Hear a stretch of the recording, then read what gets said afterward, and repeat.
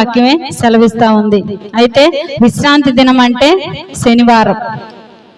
చాలా మంది seventh day చర్చిల్లో ఏ రోజు విశ్రాంతి దినాన్ని జరుపుకుంటారు?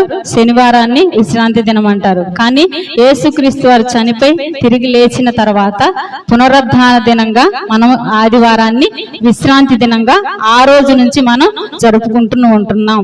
కాబట్టి ఆదివారాన్ని మనం జరుపుకుంటూ ఆయన పునరుద్ధాన దినంగా ఆదివారాన్ని ప్రకటించుకొని జరుపుకుంటూ ఉంటున్నాం. ఆ రోజు మీరు పనులకు వెళ్ళొద్దు, పని చేయకూడదు. ఏ పని, లోక సంబంధమైన పని ఏది చేయకూడదు. ఆయన పని చేయటానికి ఆ రోజు మీకు నియమించాడు దేవుడు.